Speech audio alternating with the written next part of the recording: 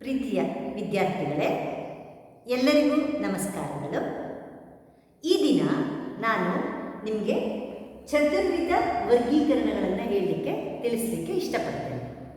ಅಂದರೆ ನಿರಪೇಕ್ಷ ತರ್ಕವಾಕ್ಯಗಳ ಚತುರ್ವಿಧ ವರ್ಗೀಕರಣ. ಹಿಂದಿನ ತರಗತಿಯಲ್ಲಿ ನೀವು ಸಾಂಪ್ರದಾಯಿಕ ತಾರ್ಕಿಕ ವಾಕ್ಯಗಳಲ್ಲಿ 3 ವಿಧಗಳನ್ನು, ಅರಿಸ್ಟಾಟಲ್ ಹೇಳಿರುವ 3 ವಿಧಗಳನ್ನು ನೀವು ಅಧ್ಯಯನ ಮಾಡಿದ್ರಿ. ಆ 3 ವಿಧಗಳು ಯಾವುದಪ್ಪ ಅಂದರೆ, ಮೊದಲನೇದು ಸಂಬಂಧಾನುಸಾರ ತಾರ್ಕಿಕ ವಾಕ್ಯಗಳ ವರ್ಗೀಕರಣ. ಅದರಲ್ಲಿ ನಿರಪೇಕ್ಷ ಮತ್ತು ಸಾಪೇಕ್ಷ. ಸಂಬಂಧಾನುಸಾರ ಅಂದರೆ ಉದ್ದೇಶ ಪದ ವಿಧೇಯ ಪದಗಳ ಸಂಬಂಧಗಳನ್ನು ಗಮನಿಸಿ ತಾರ್ಕಿಕ ವಾಕ್ಯಗಳನ್ನು ವರ್ಗೀಕರಣ ಮಾಡಲಾಗಿದೆ. ಅವು ಯಾವ್ಯಾವುದು ಅಂತ ಹೇಳಿದರೆ ನಿರಪೇಕ್ಷ ತರ್ಕವಾಕ್ಯಗಳು ಮತ್ತು ಸಾಪೇಕ್ಷ ತರ್ಕವಾಕ್ಯಗಳು. ಮತ್ತು ಎರಡನೇದು ಪ್ರಮಾಣಾನುಸಾರ, ಪರಿಮಾಣಾನುಸಾರ ತಾರ್ಕಿಕ ವಾಕ್ಯಗಳ ವರ್ಗೀಕರಣವನ್ನು ನೀವು ಕಲಿತ್ರಿ. ಅದರಲ್ಲಿ ಪೂರ್ಣ ವ್ಯಾಪಕ ಮತ್ತು ಅಪೂರ್ಣ ವ್ಯಾಪಕ 2 ವಿಧ. ಪೂರ್ಣ ವ್ಯಾಪಕ, ಸಂಬಂಧಾನುಸಾರ 2 ವಿಧ. ಯಾವುದು? ನಿರಪೇಕ್ಷ ಮತ್ತು ಸಾಪೇಕ್ಷ. ಸಾಪೇಕ್ಷದಲ್ಲಿ ಕಾಲ್ಪನಿಕ ಮತ್ತು ವೈಕಲ್ಪಿಕ ತರ್ಕವಾಕ್ಯಗಳು ಅಂತ ಕಲಿತಿದ್ದೀರ. ಎರಡನೇ ವಿಧಾನ ಪರಿಮಾಣಾನುಸಾರ ತಾರ್ಕಿಕ ವಾಕ್ಯಗಳ ವರ್ಗೀಕರಣ. ಪರಿಮಾಣಾನುಸಾರದಲ್ಲಿ ಪ್ರಮಾಣವನ್ನು ಸೂಚಿಸುತ್ತೆ. ಒಂದು ತರ್ಕವಾಕ್ಯ ಎಷ್ಟು ಪ್ರಮಾಣವನ್ನು ಕುರಿತು ಹೇಳುತ್ತೆ ಎನ್ನುವುದನ್ನು ಪರಿಮಾಣಾನುಸಾರ ತಾರ್ಕಿಕ ವಾಕ್ಯಗಳ ವರ್ಗೀಕರಣ. ಅದು 2 ವಿಧ. ಯಾವ್ಯಾವುದು? ಪೂರ್ಣ ವ್ಯಾಪಕ, ಮತ್ತೊಂದು ಅಪೂರ್ಣ ವ್ಯಾಪಕ ಅಂಥೇಳಿ. ಇನ್ನು ಮೂರನೇದು ಗುಣಾನುಸಾರ ತಾರ್ಕಿಕ ವಾಕ್ಯಗಳ ವರ್ಗೀಕರಣ. ಅಂದರೆ ಗುಣವನ್ನು, ತರ್ಕವಾಕ್ಯದಲ್ಲಿ ಬರುವ ಗುಣವನ್ನು ಅನುಸರಿಸಿ ಹೇಗೆ ವರ್ಗೀಕರಣವನ್ನು ಮಾಡಲಾಗಿದೆ ಅಂತೇಳಿ. ಗುಣಾನುಸಾರವಾಗಿ 2 ವಿಧ. ಒಂದು ಭಾವಾತ್ಮಕ, ಮತ್ತೊಂದು ನಿಷೇಧಾತ್ಮಕ. ವಿದ್ಯಾರ್ಥಿಗಳೇ, ಈ ದಿನ ನೀವು ಈ ತಾರ್ಕಿಕ ವಾಕ್ಯಗಳ ಗುಣ ಮತ್ತು ಪ್ರಮಾಣವನ್ನು ಆಧಾರವಾಗಿಟ್ಟುಕೊಂಡು ಚತುರ್ವಿಧ ವರ್ಗೀಕರಣವನ್ನು ಕಲಿತೀರಾ. ಯಾವ ವಾಕ್ಯಗಳ ಚತುರ್ವಿಧ ವರ್ಗೀಕರಣ ಅಂತ ಹೇಳಿದರೆ ನಿರಪೇಕ್ಷ ತರ್ಕವಾಕ್ಯಗಳ ಚತುರ್ವಿಧ ವರ್ಗೀಕರಣ. ನಿರಪೇಕ್ಷ ತರ್ಕವಾಕ್ಯಗಳು, ನಿರಪೇಕ್ಷ ತರ್ಕವಾಕ್ಯ ನೀವು ಈ ದಿನ ಕಲಿಯೋದು ನಿರಪೇಕ್ಷ ತರ್ಕವಾಕ್ಯಗಳ ಚತುರ್ವಿಧ ವರ್ಗೀಕರಣ. ನಿರಪೇಕ್ಷ ತರ್ಕವಾಕ್ಯಗಳು ಅಂದ ತಕ್ಷಣ ನಿಮ್ಗೆ ಏನು ಗೊತ್ತಾಗುತ್ತೆ?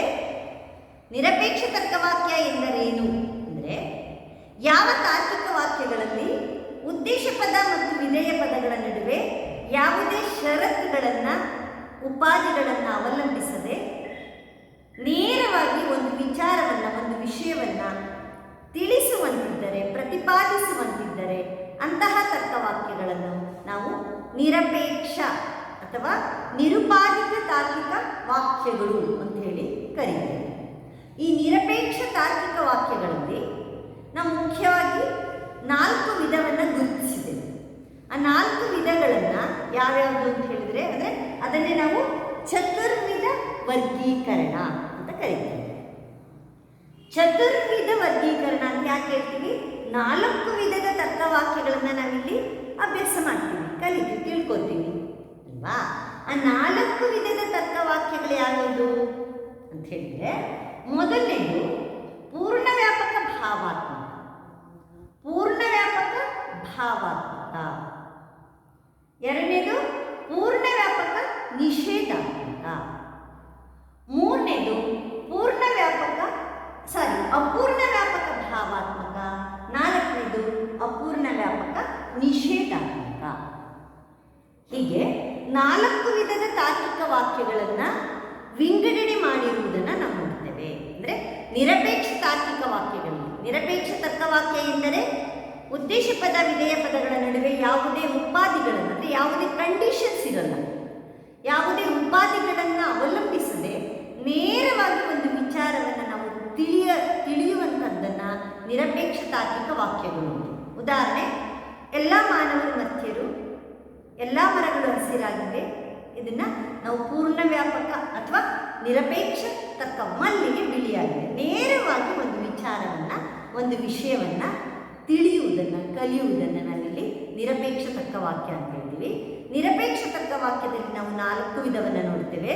ಒಂದು ಪೂರ್ಣ ವ್ಯಾಪಕ ಭಾವಾತ್ಮಕ, ಪೂರ್ಣ ವ್ಯಾಪಕ ನಿಷೇಧಾತ್ಮಕ, ಅಪೂರ್ಣ ವ್ಯಾಪಕ ಭಾವಾತ್ಮಕ, ಅಪೂರ್ಣ ವ್ಯಾಪಕ ನಿಷೇಧಾತ್ಮಕ. ಈಗ ನಾವು ಈ ಒಂದೊಂದೇ ವಾಕ್ಯಗಳನ್ನು ಅರ್ಥ ಮಾಡ್ಕೊಳ್ತಾ ಹೋಗೋಣ, ಒಂದೊಂದೇ ವಿಧಗಳನ್ನು ಅರ್ಥ ಮಾಡ್ಕೊಳ್ತಾ ಹೋಗೋಣ. ಈಗ ನಿಮಗೆ ಪೂರ್ಣ ವ್ಯಾಪಕ ಭಾವಾತ್ಮಕ ತರ್ಕವಾಕ್ಯವನ್ನ ಎ ಎನ್ನುವ ಅಕ್ಷರದಿಂದ ಗುರುತಿಸ್ತಾರೆ. ಎ ಅಂದ ತಕ್ಷಣ ನಿಮ್ಗೆ ಏನು ನೆನಪಾಗಬೇಕು? ಪೂರ್ಣ ವ್ಯಾಪಕ ಭಾವಾತ್ಮಕ. ನೀವು ಹಿಂದಿನ ತರಗತಿಯಲ್ಲಿ ಪ್ರಮಾಣ ಸೂಚಕ ಅಂದರೆ ಪರಿಮಾಣಾತ್ಮಕ ವಿಧಗಳು ಯಾವುದು? 2 ಅಂತ ಹೇಳಿದ್ವಿ. ಯಾವುದು? ಪೂರ್ಣ ವ್ಯಾಪಕ, ಅಪೂರ್ಣ. ಗುಣಾತ್ಮಕವಾಗಿ 2 ವಿಧ ಇದೆ. ಯಾವುದು? ಭಾವಾತ್ಮಕ, ನಿಷೇಧ. ಪೂರ್ಣ ವ್ಯಾಪಕ ಮತ್ತು ಅಪೂರ್ಣ ವ್ಯಾಪಕವನ್ನು ಪ್ರಮಾಣ ಸೂಚಕ ದೃಷ್ಟಿಯಿಂದ ನೀವು ಕಲಿತೀರಾ. ಇಲ್ಲಿ ಪೂರ್ಣ ವ್ಯಾಪಕ ಅಂದರೆ ಯೂನಿವರ್ಸಲ್, ಅಪೂರ್ಣ ವ್ಯಾಪಕ ಅಂದರೆ ಪರ್ಟಿಕ್ಯುಲರ್.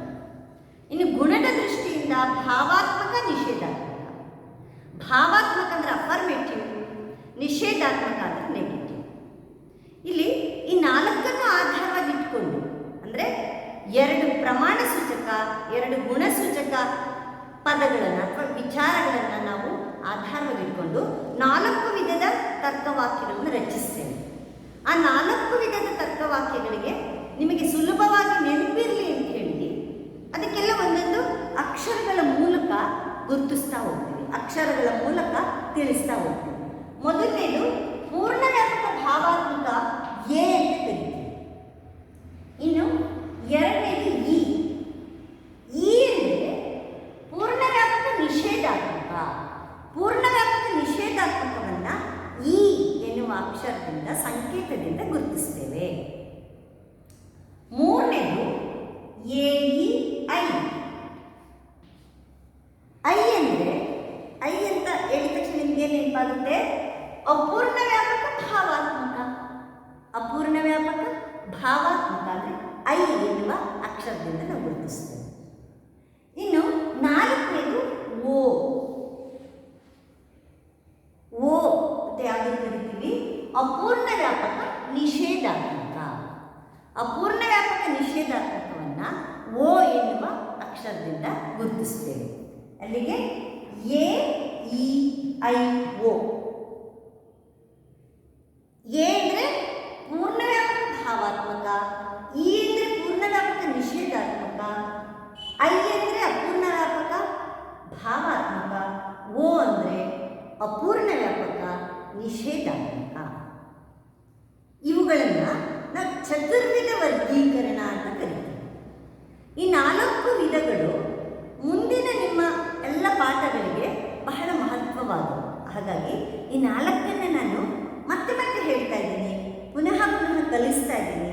ಯಾಕೆ ಅಂದರೆ ಇದು ಮುಂದಿನ ಪಾಠ ನಿಮ್ಗೆ ಅರ್ಥ ಆಗಬೇಕು ಅಂದರೆ ಈ ಎ ಇ ಐ ಓ ತರ್ಕವಾಕ್ಯಗಳನ್ನು ನೀವು ಚೆನ್ನಾಗಿ ಅರ್ಥ ಮಾಡ್ಕೋಬೇಕು ವಿದ್ಯಾರ್ಥಿಗಳೇ. ಈಗ ಒಂದೊಂದನ್ನೇ ನೋಡ್ತಾ ಹೋಗೋಣ. ಹಾಗಾದರೆ ಪೂರ್ಣ ವ್ಯಾಪಕ ಭಾವಾತ್ಮಕ ಎಂದರೇನು? ಎ ಅಂದರೆ ಏನು? ಪೂರ್ಣ ವ್ಯಾಪಕ ಭಾವಾತ್ಮಕ. ಯಾವುದಕ್ಕೆ ನಾವು ಪೂರ್ಣ ವ್ಯಾಪಕ ಭಾವಾತ್ಮಕ ಅಂತ ಹೇಳ್ತೀವಿ ಅಂದರೆ ಇಲ್ಲಿ ಯಾವ ತರ್ಕವಾಕ್ಯದಲ್ಲಿ ಪ್ರಮಾಣದ ದೃಷ್ಟಿಯಿಂದ, ಪ್ರಮಾಣ ಸೂಚಕ ದೃಷ್ಟಿಯಿಂದ ಪೂರ್ಣ ವ್ಯಾಪಕವಾಗಿದ್ದು ಗುಣಸೂಚಕ ದೃಷ್ಟಿಯಿಂದ ಭಾವಾತ್ಮಕವಾಗಿದ್ದರೆ ಅಂತಹ ತರ್ಕವಾಕ್ಯವನ್ನು ನಾವು ಪೂರ್ಣ ವ್ಯಾಪಕ ಭಾವಾತ್ಮಕ ತರ್ಕವಾಕ್ಯ ಅಂತ ಹೇಳ್ತೀವಿ. ಮೊದಲನೇದು ಎ ತರ್ಕವಾಕ್ಯ. ಎ ತರ್ಕವಾಕ್ಯದಲ್ಲಿ ಎ ಅಂದರೆ ಏನು ಅಂದ ತಕ್ಷಣ ನೀವು ಅದನ್ನೆಲ್ಲ ಚೆನ್ನಾಗಿ ಕಲಿಬೇಕಾಗುತ್ತೆ. ಮತ್ತೆ ಬರಿಬೇಕು. ಮತ್ತೆ ಈ ಎ ಇ ಐ ಓ ವಾಕ್ಯಗಳನ್ನು 5 ಸರಿ ಬರಿಬೇಕಾಗುತ್ತೆ. ಮನಸ್ಸಿನಲ್ಲಿ ಇಟ್ಕೊಂಡು ಓದಿ ಮತ್ತೆ ಬರಿಬೇಕು. ಎ ಅಂದರೆ ಪೂರ್ಣ ವ್ಯಾಪಕ ಭಾವಾತ್ಮಕ, ಯೂನಿವರ್ಸಲ್ ಅಫರ್ಮೇಟಿವ್ ಅಂತ ಹೇಳ್ತೀವಿ. ಯಾವ ತಾರ್ಕಿಕ ವಾಕ್ಯಗಳಲ್ಲಿ ಉದ್ದೇಶ ಪದವು ಪ್ರಮಾಣ ಸೂಚಕ ದೃಷ್ಟಿಯಿಂದ ಪೂರ್ಣ ವ್ಯಾಪಕವಾಗಿದ್ದು ಗುಣಸೂಚಕ ದೃಷ್ಟಿಯಿಂದ ಇಲ್ಲಿ ಭಾವಾತ್ಮಕವಾಗಿದ್ದರೆ ಅಂತಹ ವಾಕ್ಯಗಳನ್ನು ಪೂರ್ಣ ವ್ಯಾಪಕ ಭಾವಾತ್ಮಕ ತರ್ಕವಾಕ್ಯ ಅಂತ ಹೇಳಿ ಕರೀತಾರೆ. ಅಂದರೆ ಯಾವ ತಾರ್ಕಿಕ ವಾಕ್ಯಗಳಲ್ಲಿ ಉದ್ದೇಶ ಪದವು ಪೂರ್ಣ ವ್ಯಾಪಕವಾಗಿದ್ದು ವಿಧೇಯ ಪದವು ಗುಣಸೂಚಕ ದೃಷ್ಟಿಯಿಂದ ಭಾವಾತ್ಮಕವಾಗಿದ್ದರೆ ಅಂತಹ ತಾರ್ಕಿಕ ವಾಕ್ಯಗಳನ್ನು ಪೂರ್ಣ ವ್ಯಾಪಕ ಭಾವಾತ್ಮಕ ತರ್ಕವಾಕ್ಯಗಳು ಅಂತ ಕರೀತಾರೆ. ಅಂದರೆ ಇಲ್ಲಿ ಉದ್ದೇಶ ಪದ ಯಾವಾಗಲೂ ನಿಮಗೆ ಪ್ರಮಾಣದ ದೃಷ್ಟಿಯಿಂದ ಹೇಳಿದ್ದೆ. ಪೂರ್ಣ ವ್ಯಾಪಕ ಅಂದ ತಕ್ಷಣ ನಮಗೆ ಎಲ್ಲ ಮತ್ತು ಯಾವ ಎನ್ನುವ ಪದ ಉದ್ದೇಶ ಪದದ ಜೊತೆ ಬರ್ತದೆ. ಉದ್ದೇಶ ಪದ ಅಂದ್ರೇನು? ಒಂದು ತರ್ಕವಾಕ್ಯದಲ್ಲಿ ಯಾವ ವಿಚಾರವಾಗಿ ಆ ವಾಕ್ಯ ಹೇಳಬಯಸುತ್ತದೋ ಅದು ಉದ್ದೇಶ ಪದ. ಉದ್ದೇಶ ಪದದ ಯಾವುದಾದರೂ ಒಂದು ವಿಚಾರವನ್ನು ಹೇಳೋದು ವಿಧೇಯ ಪದ. ಸಬ್ಜೆಕ್ಟ್ ಮತ್ತು ಪ್ರೆಡಿಕೇಟ್ ಅಂತ ತಿಳ್ಕೊಂಡಿದ್ದೀರ. ಉದಾಹರಣೆಗೆ ಎಲ್ಲ ಮಾನವರು ಮರ್ತ್ಯರಾಗಿದ್ದಾರೆ. ಎಲ್ಲ ಮಾನವರು ಮರ್ತ್ಯರು. ಎಲ್ಲ ಮಾನವರು ಎನ್ನುವ ಪದವನ್ನು ನಾವೇನಂತೀವಿ? ಉದ್ದೇಶ ಪದ. ಉದ್ದೇಶ ಪದ ಅಂದರೆ ಇಲ್ಲಿ ಪೂರ್ಣ ವ್ಯಾಪಕ ದೃಷ್ಟಿಯಿಂದ ಏನಾಗಿದೆ? ಇಡೀ ಒಂದು ವರ್ಗವನ್ನು ಪೂರ್ಣವಾಗಿ ಹೇಳಿದೆ. ಅಂದರೆ ಇಲ್ಲಿ ಪೂರ್ಣ ವ್ಯಾಪಕ ಉದ್ದೇಶ ಪದ ಪೂರ್ಣ ವ್ಯಾಪಕವಾಗಿದೆ ಪ್ರಮಾಣ ಸೂಚಕ ದೃಷ್ಟಿಯಿಂದ. ವಿಧೇಯ ಪದ ಭಾವಾತ್ಮಕವಾಗಿದೆ. ಎಲ್ಲ ಮಾನವರು ಮರ್ತ್ಯರು ಅಥವಾ ಎಲ್ಲ ಪ್ರಾಣಿಗಳು ಉಸಿರಾಡುತ್ತವೆ. ಉದಾಹರಣೆ ಒಂದೊಂದು ಬರೆದ್ರೆ ನಿಮಗೆ ಮಕ್ಕಳೇ ಗೊತ್ತಾಗುತ್ತೆ.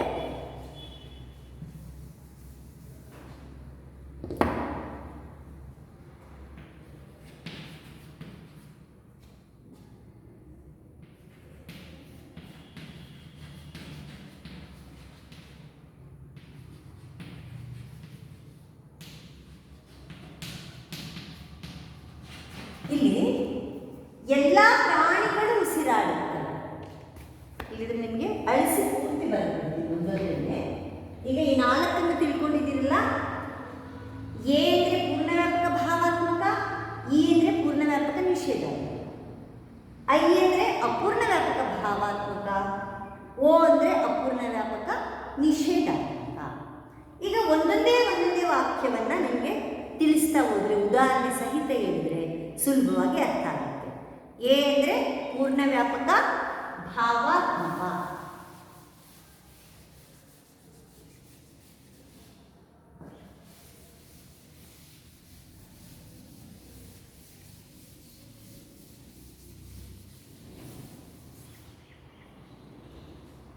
ಮೊದಲು ಪೂರ್ಣ ವ್ಯಾಪಕ ಭಾವಾತ್ಮಕ ಅಂದರೆ ಏನು? ಎ ಅಂದರೆ ಪೂರ್ಣ ವ್ಯಾಪಕ ಭಾವಾತ್ಮಕ. ಪೂರ್ಣ ವ್ಯಾಪಕ ಭಾವಾತ್ಮಕಕ್ಕೆ ಉದಾಹರಣೆ ಎಲ್ಲ ಪ್ರಾಣಿಗಳು ಉಸಿರಾಡುತ್ತವೆ.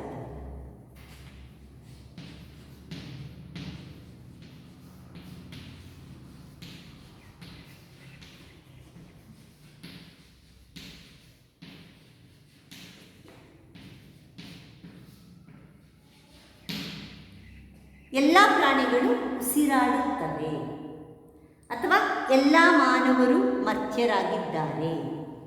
ನೋಡಿ, ಇಲ್ಲಿ ಎಲ್ಲ ಪ್ರಾಣಿಗಳು ಉಸಿರಾಡುತ್ತವೆ.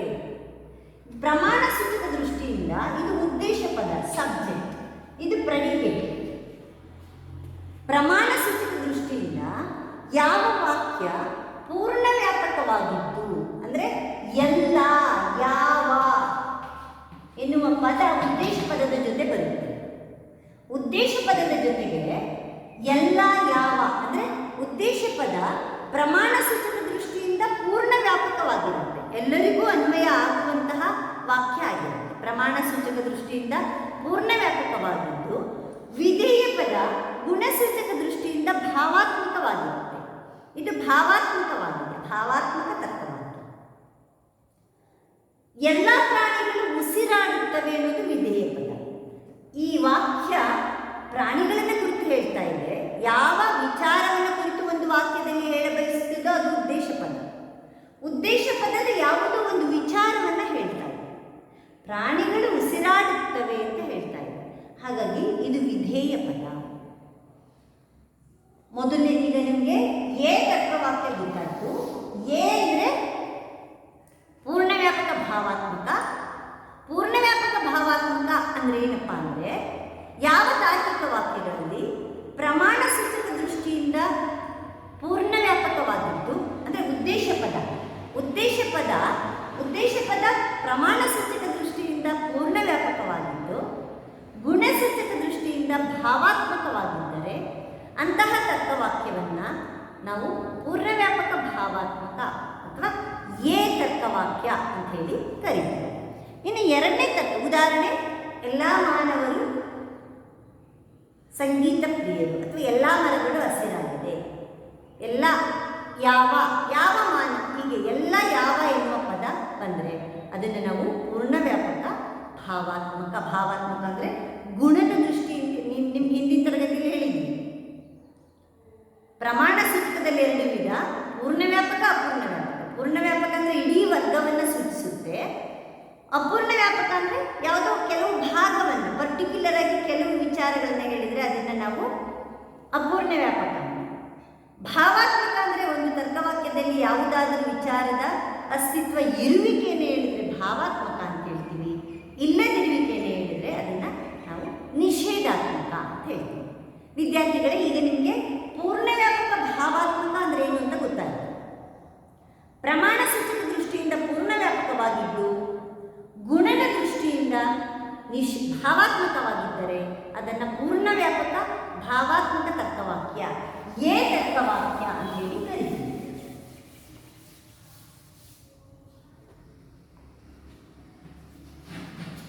ಇವತ್ತೇನು ಕಲಿತಾ ಇದ್ದೀರಾ ನೀವು? ಚತುರ್ವಿಧ ವರ್ಗೀಕರಣಗಳು, 4 ವಿಧದ ವರ್ಗೀಕರಣಗಳನ್ನು ನೀವು ಕಲಿತಾ ಇದ್ದೀರಾ. ಅದರಲ್ಲಿ ಮೊದಲನೇದಾಗಿ ಪೂರ್ಣ ವ್ಯಾಪಕ ಭಾವಾತ್ಮಕ ಆಯಿತು. ಇನ್ನು ಎರಡನೇದು ಈ ತರ್ಕವಾಕ್ಯ.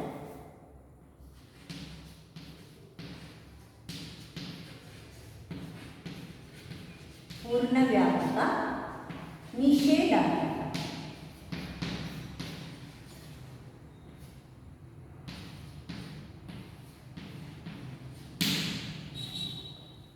ಪೂರ್ಣ ವ್ಯಾಪಕ ನಿಷೇಧಾತ್ಮಕ ತರ್ಕವಾಕ್ಯ ಅಂದರೆ ಅದನ್ನು ಈ ಎನ್ನುವ ತರ್ಕವಾಕ್ಯದಿಂದ ಗುರುತಿಸಿ. ಈ ಪೂರ್ಣ ವ್ಯಾಪಕ ನಿಷೇಧ. ಏನು ಪೂರ್ಣ ವ್ಯಾಪಕ ನಿಷೇಧಾತ್ಮಕ ಅಂದರೆ ಪ್ರಮಾಣ ಸೂಚಕ ದೃಷ್ಟಿಯಿಂದ ಪೂರ್ಣ ವ್ಯಾಪಕವಾಗಿದ್ದು, ಉದ್ದೇಶ ಪದ ಪೂರ್ಣ ವ್ಯಾಪಕವಾಗಿದ್ದು, ವಿಧೇಯ ಪದ ನಿಷೇಧಾತ್ಮಕವಾಗಿದ್ದರೆ, ಗುಣಸೂಚಕ ದೃಷ್ಟಿಯಿಂದ ನಿಷೇಧಾತ್ಮಕವಾಗಿದ್ದರೆ ಅಂತಹ ತರ್ಕವಾಕ್ಯವನ್ನು ನಾವು ಪೂರ್ಣ ವ್ಯಾಪಕ ನಿಷೇಧಾತ್ಮಕ ತಾರ್ಕಿಕ ವಾಕ್ಯ ಅಂದರೆ ಈ ಎನ್ನುವ ಅಕ್ಷರದಿಂದ ಅದನ್ನು ಗುರುತಿಸ್ತೇವೆ. ಇಲ್ಲಿ ಈ ತರ್ಕವಾಕ್ಯ ಅಂದರೆ ಯಾವ ತಾರ್ಕಿಕ ವಾಕ್ಯಗಳಲ್ಲಿ ಉದ್ದೇಶ ಪದವು ಪ್ರಮಾಣ ಸೂಚಕ ದೃಷ್ಟಿಯಿಂದ ಪೂರ್ಣ ವ್ಯಾಪಕವಾಗಿದ್ದು, ಗುಣಸೂಚಕ ದೃಷ್ಟಿಯಿಂದ ವಿಧೇಯ ಪದವು ನಿಷೇಧಾತ್ಮಕವಾಗಿದ್ದರೆ ಅಂತಹ ತರ್ಕವಾಕ್ಯಗಳನ್ನು ನಾವು ಈ ಅಂದರೆ ಪೂರ್ಣ ವ್ಯಾಪಕ ನಿಷೇಧಾತ್ಮಕ ತಾರ್ಕಿಕ ವಾಕ್ಯಗಳು ಅಂತ ಹೇಳಿ ಕರೀತೀವಿ. ಉದಾಹರಣೆಗೆ, ಯಾವ ಮಾನವನು ಪರಿಪೂರ್ಣನಲ್ಲ, ಯಾವ ಮಾನವನು ಪರಿಪೂರ್ಣನಲ್ಲ, ಯಾವ ರಾಜಕಾರಣಿಯು ಪ್ರಾಮಾಣಿಕನಲ್ಲ, ಯಾವ ರಾಜಕಾರಣಿಯು ಪ್ರಾಮಾಣಿಕನಲ್ಲ, ಎಲ್ಲ ವಿದ್ಯಾರ್ಥಿಗಳು ಪ್ರತಿಭಾವಂತರಲ್ಲ, ಯಾವ ಮಾನವನು ಅಮರನಲ್ಲ. ಇಲ್ಲಿ ಪ್ರಮಾಣ ಸೂಚಕ ದೃಷ್ಟಿಯಿಂದ ಏನಾಗಿರುತ್ತೆ? ಉದ್ದೇಶ ಪದ ಪೂರ್ಣ ವ್ಯಾಪಕವಾಗಿರುತ್ತೆ. ಗುಣಸೂಚಕ ದೃಷ್ಟಿಯಿಂದ ನಿಷೇಧಾತ್ಮಕ ಅಂದರೆ ಒಂದು ಗುಣದ ಅಸ್ತಿತ್ವ ಇಲ್ಲದಿರುವಿಕೆಯನ್ನು ಹೇಳ್ತಾ ಇದೆ. ಈಗ ನಿಮ್ಗೆ 4 ಉದಾಹರಣೆಗಳನ್ನ ಹೇಳಿದೆ ವಿದ್ಯಾರ್ಥಿಗಳೇ. ಯಾವ ಮಾನವನು ಪರಿಪೂರ್ಣರಲ್ಲ ಅಂದರೆ ಪರಿಪೂರ್ಣ ಗುಣ ಇಲ್ಲದಿರುವಿಕೆಯನ್ನು ನಾವು ವಿಧೇಯ ಪದದಲ್ಲಿ ನೋಡ್ತಾ ಹೋಗ್ತೇವೆ. ಇನ್ನು ಪ್ರಮಾಣ ಸೂಚಕ ದೃಷ್ಟಿಯಿಂದ ಅಥವಾ ಎಲ್ಲ ನೌಕರರು ಲಂಚಕೋರರಲ್ಲ, ಎಲ್ಲ ಮತ್ತು ಯಾವ ಈ ಪದಗಳು ಉದ್ದೇಶ ಪದದ ಜೊತೆ ಬಂದಿರುತ್ತೆ. ಇಲ್ಲಿ ಎಲ್ಲ ವಿದ್ಯಾರ್ಥಿಗಳು ಪ್ರತಿಭಾವಂತರಲ್ಲ ಅಂದರೆ ಪ್ರತಿಭೆ ಇಲ್ಲದಿರುವಿಕೆಯನ್ನು ನಾವು ನೋಡ್ತಾ ಇದ್ದೀವಿ. ಅಥವಾ ಯಾವ ಮಾನವನು ಅಮರನಲ್ಲ. ಉದಾಹರಣೆ,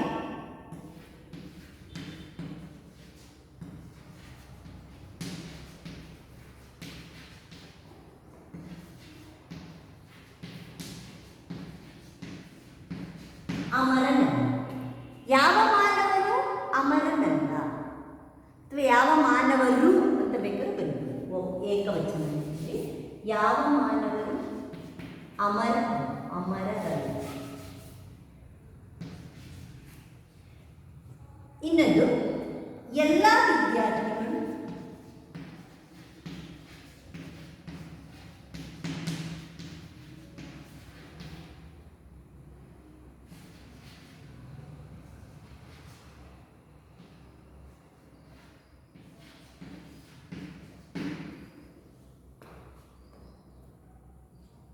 ಯಾವ ಮಾನವನು ಅನ್ನುವುದು ಉದ್ದೇಶ ಪದ, ಅಮರನಲ್ಲ ಅನ್ನುವುದು ವಿಧೇಯ ಪದ. ಎಲ್ಲ ವಿದ್ಯಾರ್ಥಿಗಳು ಅನ್ನುವುದು ಉದ್ದೇಶ ಪದ, ದಡ್ಡರಲ್ಲ ಅನ್ನುವುದು ವಿಧೇಯ ಪದ.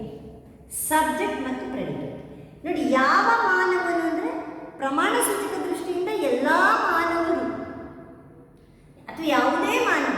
ಅಮರನಲ್ಲ, ಶಾಶ್ವತವಾಗಿ ಇರ್ತಕ್ಕಂಥವರು ಅಲ್ಲ. ಯಾವ ಮಾನವನು ಅಮರನಲ್ಲ, ಇಲ್ಲೇ ಶಾಶ್ವತವಾಗಿ ಇರುವವರು ಅಲ್ಲ. ಅಂದರೆ ಎಲ್ಲರೂ ಸಾವನ್ನು ಉಳ್ಳವರು. ಎಲ್ಲ ವಿದ್ಯಾರ್ಥಿಗಳು ದಡ್ಡರಲ್ಲ, ಎಲ್ಲರೂ ದಡ್ಡರಲ್ಲ. ಅಂದರೆ ದಡ್ಡತನ ಅವರಲ್ಲಿ ಇಲ್ಲ, ಇಲ್ಲದಿರುವಿಕೆಯನ್ನು ಹೇಳ್ತಾರೆ. ಅಂದರೆ ಪ್ರಮಾಣ ಸೂಚಕ ದೃಷ್ಟಿಯಿಂದ ಇಲ್ಲಿ ಪೂರ್ಣ ವ್ಯಾಪಕವಾಗಿದ್ದು, ಗುಣಸೂಚಕ ದೃಷ್ಟಿಯಿಂದ ಇಲ್ಲದಿರುವಿಕೆ. ಎಲ್ಲ ನೌಕರರು ಲಂಚಕೋರರಲ್ಲ, ಅಂದರೆ ಎಲ್ಲರೂ ಲಂಚ ತಗೊಳ್ಳೋರಲ್ಲ. ಯಾರೋ ಕೆಲವರು ಇರ್ತಾರೆ ಅಲ್ಲ, ಇಲ್ಲದಿರುವಿಕೆ. ಮಲ್ಲಿಗೆ ಕೆಂಪಾಗಿಲ್ಲ, ಹೌದಾ? ಹೀಗೆ ಈ ಹಲವು ಕೆಲವು ಬಂದರೆ ಅದನ್ನು ಅಪೂರ್ಣ ವ್ಯಾಪಕ ಅಂತಾರೆ. ಇಲ್ಲಿ ಪೂರ್ಣ ವ್ಯಾಪಕ ಯಾವ ಎಲ್ಲ ಬರುತ್ತೆ. ಮತ್ತು ನಿಷೇಧಾತ್ಮಕ ದೃಷ್ಟಿಯಿಂದ ನಾವು ಇಲ್ಲದಿರುವಿಕೆಯನ್ನು ನೋಡ್ತೇವೆ. ಪ್ರಮಾಣ ಸೂಚಕ ದೃಷ್ಟಿಯಿಂದ ಪೂರ್ಣ ವ್ಯಾಪಕವಾಗಿದ್ದು, ಗುಣಸೂಚಕ ದೃಷ್ಟಿಯಿಂದ ನಿಷೇಧಾತ್ಮಕವಾಗಿದ್ದರೆ ಅದನ್ನು ಈ ತತ್ವವಾಕ್ಯ ಅಂತ ಹೇಳ್ತೀವಿ. ಈ ಅಂದರೆ ಪೂರ್ಣ ವ್ಯಾಪಕ, ನಿಷೇಧಾತ್ಮಕ ಅಂತ ನಿಮಗೆ ತಕ್ಷಣ ನೆನಪಾಗಬೇಕು. ಇನ್ನು ಮೂರನೇದು ವಿದ್ಯಾರ್ಥಿಗಳೇ,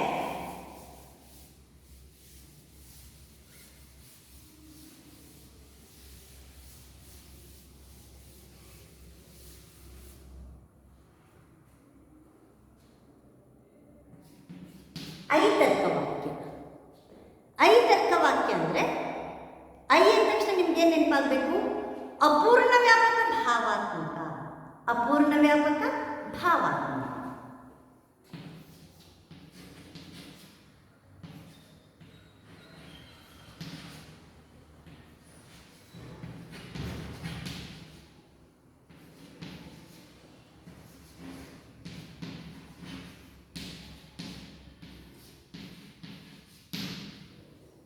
ಅಪೂರ್ಣ ವ್ಯಾಪಕ ಭಾವಾತ್ಮಕ ಐವನಲ್ಲಿ ಮೂರನೇದು ಅಥವಾ ಚತುರ್ವಿಧ ವರ್ಗೀಕರಣದಲ್ಲಿ ಮೂರನೇದು ಐತರ್ಕವಾಕ್ಯ, ಅಪೂರ್ಣ ವ್ಯಾಪಕ ಭಾವಾತ್ಮಕ. ಏನು ಅಪೂರ್ಣ ವ್ಯಾಪಕ ಭಾವಾತ್ಮಕ ಅಂದರೆ ಯಾವ ತಾರ್ಕಿಕ ವಾಕ್ಯಗಳಲ್ಲಿ ಉದ್ದೇಶ ಪದವು ಪ್ರಮಾಣ ಸೂಚಕ ದೃಷ್ಟಿಯಿಂದ ಪೂರ್ಣ ವ್ಯಾಪಕವಾಗಿದ್ದು, ಗುಣಸೂಚಕ ದೃಷ್ಟಿಯಿಂದ ಭಾವಾತ್ಮಕವಾಗಿದ್ದರೆ ಅದನ್ನು ನಾವು ಐತರ್ಕವಾಕ್ಯ, ಅಪೂರ್ಣ ವ್ಯಾಪಕ ಭಾವಾತ್ಮಕ. ಉದ್ದೇಶ ಪದ ಇಲ್ಲಿ ಪ್ರಮಾಣ ಸೂಚಕ ದೃಷ್ಟಿಯಿಂದ ಅಪೂರ್ಣವಾಗಿದೆ, ಪ್ರಮಾಣ ಸೂಚಕ ದೃಷ್ಟಿಯಿಂದ ಅಪೂರ್ಣ ವ್ಯಾಪಕ. ಅಂದರೆ ಇಲ್ಲಿ ಉದ್ದೇಶ ಪದದ ಜೊತೆ ಹಲವು, ಕೆಲವು ಅಂತ ಬರುತ್ತೆ.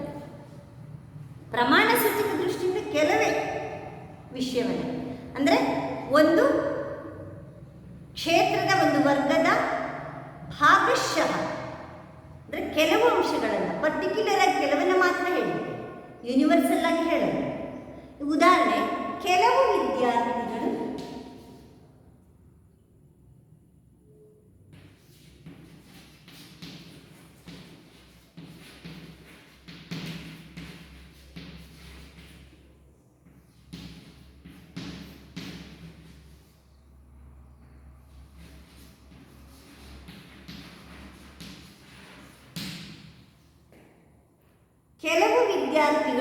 ಕ್ರೀಡಾಪಟುಗಳು.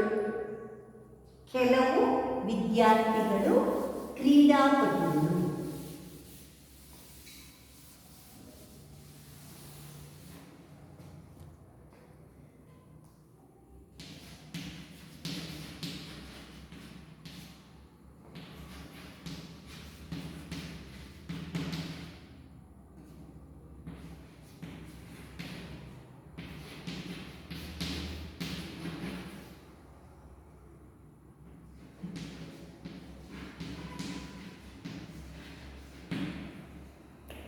ಅಂದರೆ ಇಲ್ಲಿ ಪ್ರಮಾಣ ಸೂಚಕ ದೃಷ್ಟಿಯಿಂದ ಇಲ್ಲಿ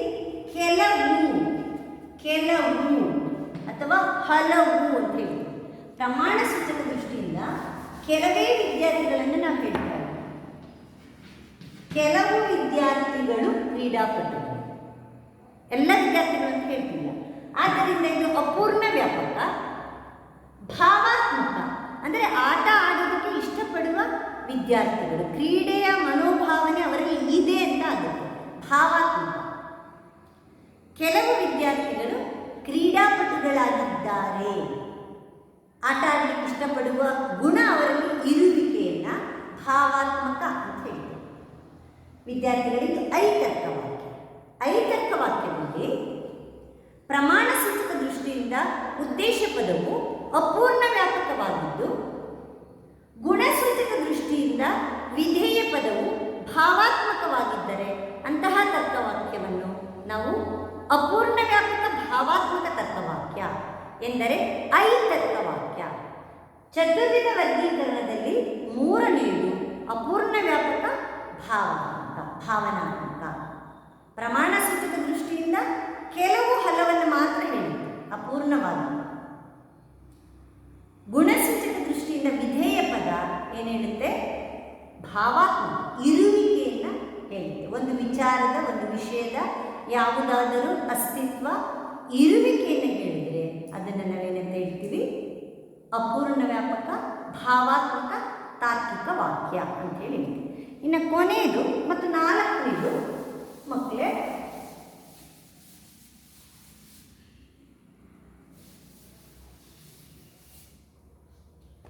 ಅಪೂರ್ಣ ವ್ಯಾಪಕ ನಿಷೇಧ.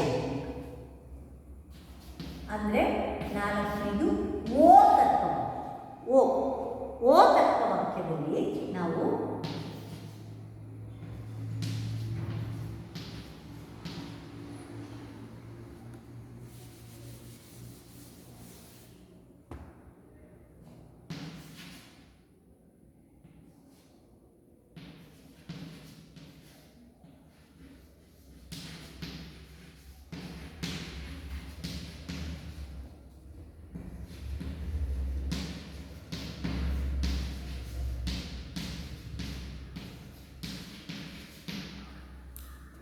ಓ ಅಂದ ತಕ್ಷಣ ನಿಮ್ಗೆ ಏನು ನೆನಪಾಗಬೇಕು? ಅಪೂರ್ಣ ವ್ಯಾಪಕ ನಿಷೇಧಾತ್ಮಕ. ಅಪೂರ್ಣ ವ್ಯಾಪಕ ನಿಷೇಧಾತ್ಮಕ ಅಂದರೆ ಏನು? AEIO ವಾಕ್ಯದಲ್ಲಿ ಅಪೂರ್ಣ ವ್ಯಾಪಕ ನಿಷೇಧಾತ್ಮಕ ಎಂದರೆ ಪ್ರಮಾಣ ಸೂಚಕ ದೃಷ್ಟಿಯಿಂದ ಒಂದು ತರ್ಕವಾಕ್ಯದಲ್ಲಿ ಉದ್ದೇಶ ಪದವು ಅಪೂರ್ಣ ವ್ಯಾಪಕವಾಗಿತ್ತು, ಅಂದರೆ ಕೆಲವು ಹಲವನ್ನೇ ಹೇಳ್ತಾ ಇದೆ. ಉದ್ದೇಶ ಪದವು ಅಪೂರ್ಣ ವ್ಯಾಪಕವಾಗಿದ್ದು, ಗುಣಸೂಚಕ ದೃಷ್ಟಿಯಿಂದ ವಿಧೇಯ ಪದ ನಿಷೇಧಾತ್ಮಕವಾಗಿದ್ದರೆ ಅಂತಹ ತರ್ಕವಾಕ್ಯಗಳನ್ನು ನಾವು ಓ ತಾರ್ಕಿಕ ವಾಕ್ಯಗಳು ಅಥವಾ ಅಪೂರ್ಣ ವ್ಯಾಪಕ ನಿಷೇಧಾತ್ಮಕ ತಾರ್ಕಿಕ ವಾಕ್ಯಗಳು ಅಂತ ಹೇಳಿ ಕರೀತೀವಿ. ಅಪೂರ್ಣ ವ್ಯಾಪಕ ನಿಷೇಧಾತ್ಮಕ ತರ್ಕವಾಕ್ಯಕ್ಕೆ ಉದಾಹರಣೆಗಳನ್ನು ಹೇಳೋದಂದರೆ ಯಾವ ತಾರ್ಕಿಕ ವಾಕ್ಯ ಅಂದರೆ ಅದನ್ನು ನಾವು ಪರ್ಟಿಕ್ಯುಲರ್ ನೆಗೆಟಿವ್ ಅಂತ ಹೇಳ್ತೀವಿ. ಓ ತರ್ಕವಾಕ್ಯ ಅಂದರೆ ಪರ್ಟಿಕ್ಯುಲರ್ ನೆಗೆಟಿವ್, ಅಪೂರ್ಣ ವ್ಯಾಪಕ ನಿಷೇಧಾತ್ಮಕ ತಾರ್ಕಿಕ ವಾಕ್ಯ. ಯಾವ ತಾರ್ಕಿಕ ವಾಕ್ಯಗಳು ಉದ್ದೇಶ ಪದವನ್ನು, ಅಂದರೆ ಯಾವ ತರ್ಕವಾಕ್ಯಗಳಲ್ಲಿ, ತಾರ್ಕಿಕ ವಾಕ್ಯಗಳಲ್ಲಿ ಉದ್ದೇಶ ಪದವು ಪ್ರಮಾಣ ಸೂಚಕ ದೃಷ್ಟಿಯಿಂದ ಅಪೂರ್ಣ ವ್ಯಾಪಕವಾಗಿದ್ದು, ವಿಧೇಯ ಪದವು ಗುಣಸೂಚಕ ದೃಷ್ಟಿಯಿಂದ ನಿಷೇಧಾತ್ಮಕವಾಗಿದ್ದರೆ ಅಂತಹ ತರ್ಕವಾಕ್ಯಗಳನ್ನು ನಾವು ಓ ತಾರ್ಕಿಕ ವಾಕ್ಯಗಳು ಅಥವಾ ಅಪೂರ್ಣ ವ್ಯಾಪಕ ನಿಷೇಧಾತ್ಮಕ ತಾರ್ಕಿಕ ವಾಕ್ಯಗಳು. ಉದ್ದೇಶ ಪದವು ಪ್ರಮಾಣ ಸೂಚಕ ದೃಷ್ಟಿಯಿಂದ ಅಪೂರ್ಣ ವ್ಯಾಪಕವಾಗಿದ್ದು, ವಿಧೇಯ ಪದವು ಗುಣಸೂಚಕ ದೃಷ್ಟಿಯಿಂದ ನಿಷೇಧಾತ್ಮಕವಾಗಿದ್ದರೆ ಅದನ್ನು ಓ ತಾರ್ಕಿಕ ವಾಕ್ಯಗಳು ಅಂತ ಹೇಳಿ. ಉದಾಹರಣೆಗೆ, ಕೆಲವು ವಿದ್ಯಾರ್ಥಿಗಳು ಸೋಮಾರಿಗಳಲ್ಲ, ಹಲವು ವ್ಯಕ್ತಿಗಳು ಕರುಣಾಮಯಿಗಳಲ್ಲ, ಕೆಲವು ಪ್ರಾಣಿಗಳು ಕ್ರೂರಿಗಳಲ್ಲ, ಹಲವು ಹಣ್ಣುಗಳು ರುಚಿಯಾಗಿಲ್ಲ. ಕೆಲವು ವಿದ್ಯಾರ್ಥಿಗಳು ಹಾಜರಾಗಿಲ್ಲ.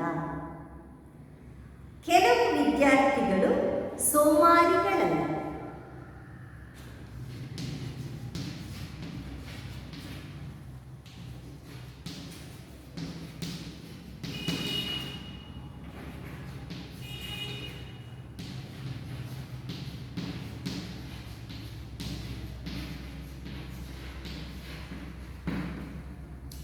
ಕೆಲವು ವಿದ್ಯಾರ್ಥಿಗಳು ಸೋಮಾರಿಗಳಲ್ಲ.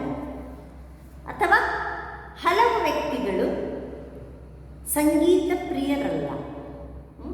ಹಲವು ಹಲವು ಹಣ್ಣುಗಳು ರುಚಿಯಾಗಿಲ್ಲ.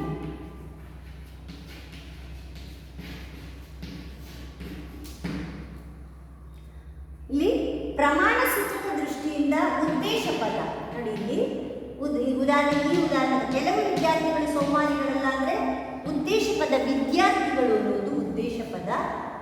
ಹಲವನ್ನೇ ಕೆಲವನ್ನೇ ಹೇಳ್ತಾ ಇದೆ. ಕೆಲವು ವಿದ್ಯಾರ್ಥಿಗಳು ಸೋಮಾರಿಗಳಲ್ಲ ಅಂದರೆ ಸೋಮಾರಿತನ ಅವರಲ್ಲಿ ಇಲ್ಲ. ಕೆಲವು ವಿದ್ಯಾರ್ಥಿಗಳು ತುಂಬ ಚೆನ್ನಾಗಿ ಓದ್ತಾರೆ, ಶ್ರಮಪಟ್ಟು ಕಷ್ಟಪಟ್ಟು ಓದ್ತಾರೆ, ಯಾವಾಗಲೂ ಆಕ್ಟಿವ್ ಆಗಿರ್ತಾರೆ. ಹೌದಾ? ಕೆಲವು ವಿದ್ಯಾರ್ಥಿಗಳು ಸೋಮಾರಿಗಳಲ್ಲ. ಸೋಮಾರಿತನ ಅವರಲ್ಲಿ ಇಲ್ಲದಿರುವಿಕೆ ನಿಷೇಧಾತ್ಮಕವನ್ನು ಹೇಳ್ತಾರೆ. ಕೆಲವು ವಿದ್ಯಾರ್ಥಿಗಳು ಸೋಮಾರಿಗಳಲ್ಲ ಅಂದರೆ ಪ್ರಮಾಣ ಸೂಚಕ ದೃಷ್ಟಿಯಿಂದ ಅಪೂರ್ಣ ವ್ಯಾಪಕವಾಗಿದೆ, ಗುಣಸೂಚಕ ದೃಷ್ಟಿಯಿಂದ ನಿಷೇಧಾತ್ಮಕವಾಗಿದೆ. ಅಂದರೆ ವಿಧೇಯ ಪದ ಇಲ್ಲದಿರುವಿಕೆಯನ್ನು ಹೇಳ್ತಾ ಇದೆ. ಸೋಮಾರಿತನ ಅವರಲ್ಲಿ ಇಲ್ಲದಿರುವಿಕೆಯನ್ನು ಈ ವಿಧೇಯ ಪದ ಹೇಳ್ತಾರೆ. ಈ ಉದಾಹರಣೆ ನೋಡಿ. ಹಲವು ಹಣ್ಣುಗಳು ರುಚಿಯಾಗಿಲ್ಲ. ಹಲವು ಅಂದರೆ ಪ್ರಮಾಣ ಸೂಚಕ ದೃಷ್ಟಿಯಿಂದ ಏನಾಗ್ತಾ ಇದೆ?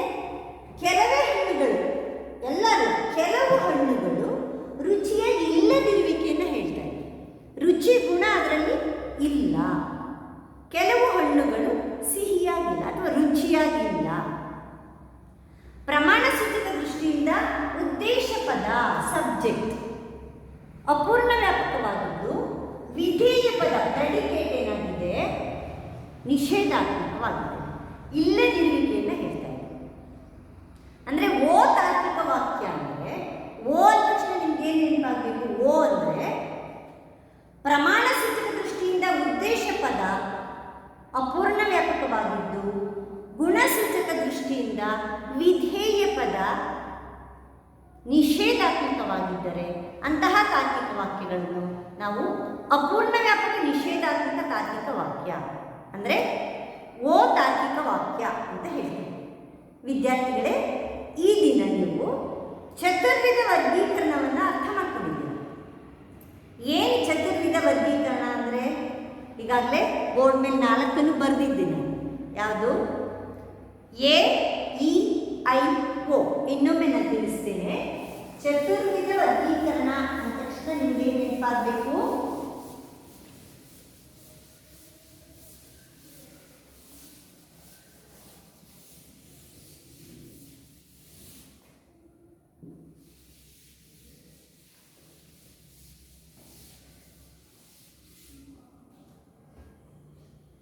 ಚತುರ್ವಿಧ ವರ್ಗೀಕರಣಗಳನ್ನು ವಿವರಿಸಿ ಅಂಥೇಳಿ 5 ಮಾರ್ಕ್ಸ್ ಕೇಳ್ತಾರೆ.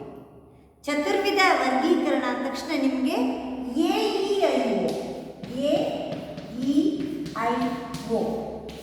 ಇದನ್ನು 4 ನೀವು ಅರ್ಥ ಮಾಡ್ಕೊಂಡ್ಬಿಟ್ರೆ ಮುಂದಿನ ಪಾಠಗಳು ನಿಮಗೆ ಸುಲಭವಾಗಿ ಅರ್ಥ ಆಗುತ್ತೆ.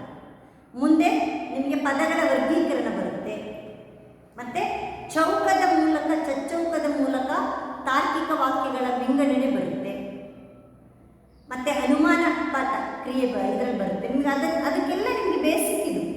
ಈ ಎ, ಇ, ಐ, ಓಗಳನ್ನು ಚೆನ್ನಾಗಿ ಅರ್ಥ ಮಾಡ್ಕೋಬೇಕು. ಎ ಅಂದ ತಕ್ಷಣ ನಿಮ್ಗೆ ಏನು ನೆನಪಾಗಬೇಕು?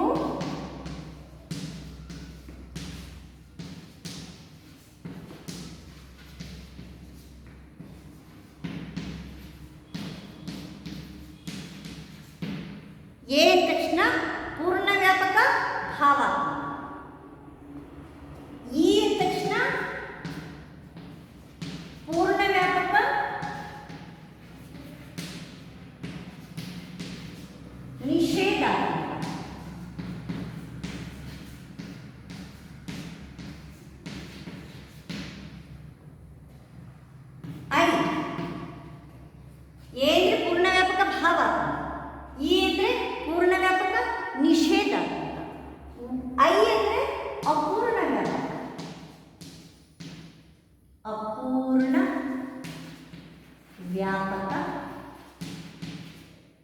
ಭಾವಾತ್ಮಕ.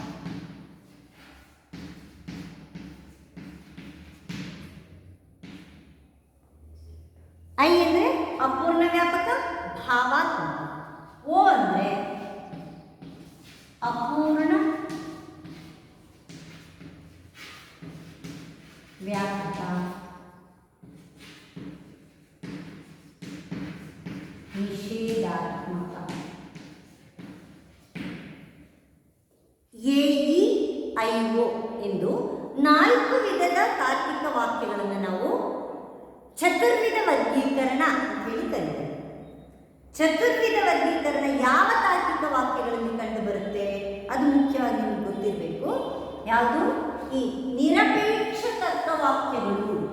ನಿರಪೇಕ್ಷ ತರ್ಕವಾಕ್ಯಗಳಲ್ಲಿ ಚತುರ್ವಿಧ ವರ್ಗೀಕರಣ. ನಿರಪೇಕ್ಷ ತಾರ್ಕಿಕ ವಾಕ್ಯಗಳು ಅಂತ ಹೇಳಿದರೆ ಇಲ್ಲಿ ನಿಮ್ಗೆ ಏನು ಗೊತ್ತಾಗಬೇಕು? ಉದ್ದೇಶ ಪದ ವಿಧೇಯ ಪದಗಳ ನಡುವೆ ಯಾವುದೇ ಷರತ್ತುಗಳಿಲ್ಲದೆ ನೇರವಾಗಿ ಒಂದು ವಿಚಾರವನ್ನು ತಿಳಿಸೋದು. ಈಗ ಎಷ್ಟೊಂದು ಉದಾಹರಣೆ ನೋಡಿದ್ರಿ ನೀವು. ತರ್ಕವಾಕ್ಯಕ್ಕೆ ಉದಾಹರಣೆ, ಎಲ್ಲ ಮರಗಳು ಹಸಿರಾಗಿವೆ, ಎಲ್ಲ ಪಕ್ಷಿಗಳು ಹಾರುತ್ತವೆ. ಪ್ರಮಾಣ ಸೂಚಕ ದೃಷ್ಟಿಯಿಂದ ಪೂರ್ಣ ವ್ಯಾಪಕವಾಗಿದ್ದು ಗುಣಸೂಚಕ ದೃಷ್ಟಿಯಿಂದ ಭಾವಾತ್ಮಕವಾಗಿರುತ್ತೆ.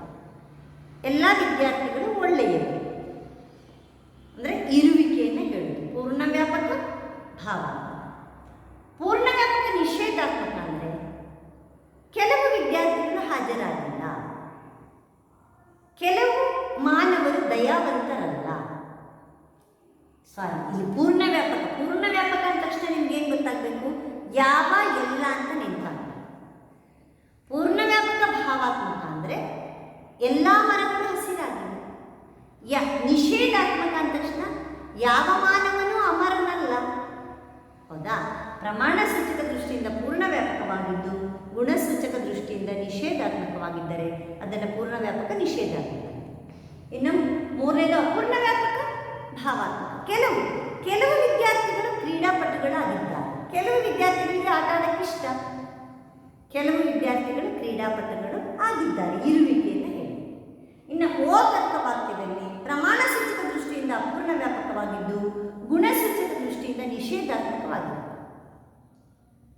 ಕೆಲವು ವಿದ್ಯಾರ್ಥಿಗಳು ಸೋಮಾರಿಗಳಲ್ಲ. ಹೌದಾ? ಹೀಗೆ ಕೆಲವು ಮಾನವರು ಸಂಗೀತ ಪ್ರಿಯರಲ್ಲ, ಕೆಲವು ಮಾನವರು ದಯಾವಂತರಲ್ಲ. ಹೀಗೆ ವಿದ್ಯಾರ್ಥಿಗಳೇ, ನಿಮಗೆ ಈ ದಿನ ಮುಖ್ಯವಾಗಿ AEIO ಅಂದರೆ ಏನು ಅಂತ ಗೊತ್ತಾಯಿತು. ಎ ಅಂದರೆ ಪೂರ್ಣ ವ್ಯಾಪಕ ಭಾವಾತ್ಮಕ, ಇ ಅಂದರೆ ಪೂರ್ಣ ವ್ಯಾಪಕ ನಿಷೇಧಾತ್ಮಕ, ಐ ಅಂದರೆ ಅಪೂರ್ಣ ವ್ಯಾಪಕ ಭಾವಾತ್ಮಕ, ಓ ಅಂದರೆ ಅಪೂರ್ಣ ವ್ಯಾಪಕ ನಿಷೇಧಾತ್ಮಕ. ಇದಿಷ್ಟನ್ನು ನಾವು ಚತುರ್ವಿಧ ವರ್ಗೀಕರಣಗಳು ಅಂತ ಹೇಳ್ತೇವೆ. ನಿಮಗೆ ಸುಲಭವಾಗಿ ನೆನಪಿಟ್ಕೊಳ್ಳಿಕ್ಕಾಗಿ ನಾವು ಅದನ್ನು ಒಂದೊಂದು ವಾಕ್ಯಕ್ಕೆ ಒಂದೊಂದು ಹೆಸರನ್ನು ಕೊಟ್ಟಿದ್ದೇವೆ. AEIO ಇವಿಷ್ಟನ್ನು ನಾವು ಈ ದಿನ ಕಲ್ತಿದ್ದೀವಿ. ಅಂದರೆ ಈ ಸಾಂಪ್ರದಾಯಿಕ ಅರಿಸ್ಟಾಟಲ್ ಹೇಳಿರುವ ಸಾಂಪ್ರದಾಯಿಕ ತಾರ್ಕಿಕ ವಾಕ್ಯಗಳಲ್ಲಿ, ಅದರಲ್ಲೂ ನಿರಪೇಕ್ಷ ತಾರ್ಕಿಕ ವಾಕ್ಯಗಳಲ್ಲಿ ನಾವು ಚತುರ್ವಿಧ ವರ್ಗೀಕರಣ ಎಂದರೇನು ಅನ್ನುವುದನ್ನು ಈ ದಿನ ಕಲ್ತಿದ್ದೀರಾ. ಮುಂದಿನ ತರಗತಿಯಲ್ಲಿ ನಿಮಗೆ ಈ ಪದಗಳ ವರ್ಗೀಕರಣ, ಈ AEIO ಗೊತ್ತಾಯ್ತಲ್ಲ ನಿಮಗೆ. ಈ AEIO ಅಂದರೆ ಚತುರ್ವಿಧ ನಿರಪೇಕ್ಷ ತಾರ್ಕಿಕ ವಾಕ್ಯಗಳು ಅಂತ ಕರಿತೀವಿ ಇದನ್ನ. ಈ ನಿರಪೇಕ್ಷ ಅಥವಾ ನಿರುಪಾದಿತ ತಾರ್ಕಿಕ ವಾಕ್ಯಗಳಲ್ಲಿ ಪದಗಳ ವ್ಯಾಪ್ತಿಯನ್ನು ನಾವು ನೋಡ್ತೇವೆ. ಮುಂದಿನ ತರಗತಿಯಲ್ಲಿ ಪದಗಳ ವ್ಯಾಪ್ತಿ ಮತ್ತು ಅವ್ಯಾಪ್ತಿ ಅಂದರೆ ಏನು ಅನ್ನೋದನ್ನು ಮುಂದಿನ ತರಗತಿಯಲ್ಲಿ ತಿಳ್ಕೊಬೋದು. ಈ ದಿನ ನೀವೇನು ಕಲ್ತಿದ್ದೀರಾ? ಮತ್ತೊಮ್ಮೆ ನಿರಪೇಕ್ಷ ತರ್ಕವಾಕ್ಯಗಳಲ್ಲಿ ಚತುರ್ವಿಧ ವರ್ಗೀಕರಣ. AEIO. ಎ ಅಂದರೆ ಪೂರ್ಣ ವ್ಯಾಪಕ ಭಾವಾತ್ಮಕ, ಇ ಅಂದರೆ ಪೂರ್ಣ ವ್ಯಾಪಕ ನಿಷೇಧಾತ್ಮಕ, ಐ ಅಂದರೆ ಅಪೂರ್ಣ ವ್ಯಾಪಕ ಭಾವಾತ್ಮಕ, ಓ ಅಂದರೆ ಅಪೂರ್ಣ ವ್ಯಾಪಕ ನಿಷೇಧಾತ್ಮಕ. ಮತ್ತೆ ನಿಮಗೆ